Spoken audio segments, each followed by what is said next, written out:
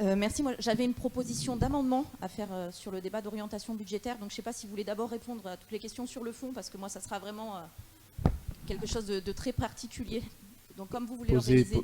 Posez votre question. Oui, c'est voilà. bon. Attendez, je vous donne un exemplaire de l'amendement pendant que je le dis. Merci. Alors, effectivement, mes prédécesseurs ont évoqué des masses, des millions et des millions. Moi, ça ne sera pas du tout à ce niveau-là. C'est presque plus une question éthique que budgétaire, mais ça a quand même un impact budgétaire. C'est concernant les indemnités du président de la métropole. Alors, pour les maires, vous savez que les indemnités ne sont pas votées par l'Assemblée délibérante. En revanche, pour le Conseil métropolitain, il y a effectivement un article différent du Code général des collectivités territoriales qui prévoit que les indemnités maximales votées par le Conseil d'une métropole pour l'exercice des fonctions de président et vice-président sont fixées par le Conseil métropolitain au sein d'une enveloppe. Aussi, comme vous étiez tous là à la dernière séance du Conseil métropolitain, vous avez entendu les propos de notre président en exercice, donc pas le président de séance, mais Gaël Perdriau, nous déclarer que, je le cite, « Mes chers collègues, tout en appelant à voter contre ce vœu, j'entends le besoin que peuvent ressentir certains d'entre vous de me voir prendre du recul. Je prends la décision de me mettre en retrait total de la métropole et je délègue l'ensemble de mes fonctions à Hervé Reynaud. » Et nous constatons que ces déclarations sont aujourd'hui effectives.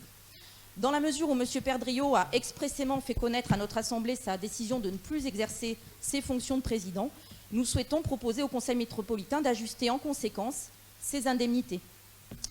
Comme l'avait demandé une très large majorité de notre Assemblée, il nous semble que seule la démission effective de M. Perdriau permettrait un retour à un fonctionnement de la métropole, mais ce n'est pas son choix. Donc pour tenir compte de la situation qui nous est imposée, avec un président qui garde le titre sans en assurer les fonctions, nous proposons de ramener cette indemnité à la moitié de celle accordée précédemment. Donc ça, c'était le propos introductif. Concrètement, l'amendement viendrait s'insérer en page 18 du document d'orientation budgétaire. Après le paragraphe 3.2.2 intitulé « Charges de personnel », on intégrerait un paragraphe supplémentaire intitulé « Indemnité de fonctionnement des élus ». Donc je ne vais pas vous le lire en intégralité, j'en ai donné le texte au président de séance. Mais je rappelle que par une délibération du 17 juillet 2020, nous avions fixé les indemnités de fonction des élus, qui prévoyaient des indemnités correspondant à 73,54% de l'indice brut terminal de la fonction publique pour le président et d'autres montants pour les vice-présidents et les autres membres du Conseil. Afin de tenir compte de la décision de retrait total du président annoncée le 8 décembre 2022, la délibération ci-dessus indiquée sera modifiée afin de fixer l'indemnité de fonction du président à 36,77%, soit la moitié de l'indemnité actuelle, pour tenir compte à la fois du retrait et de la persistance de la responsabilité du président. Les autres pourcentages pour les vice-présidents, les conseillers métropolitains, membres du bureau ayant une délégation de fonction et les conseillers métropolitains demeurent inchangés. Je vous remercie.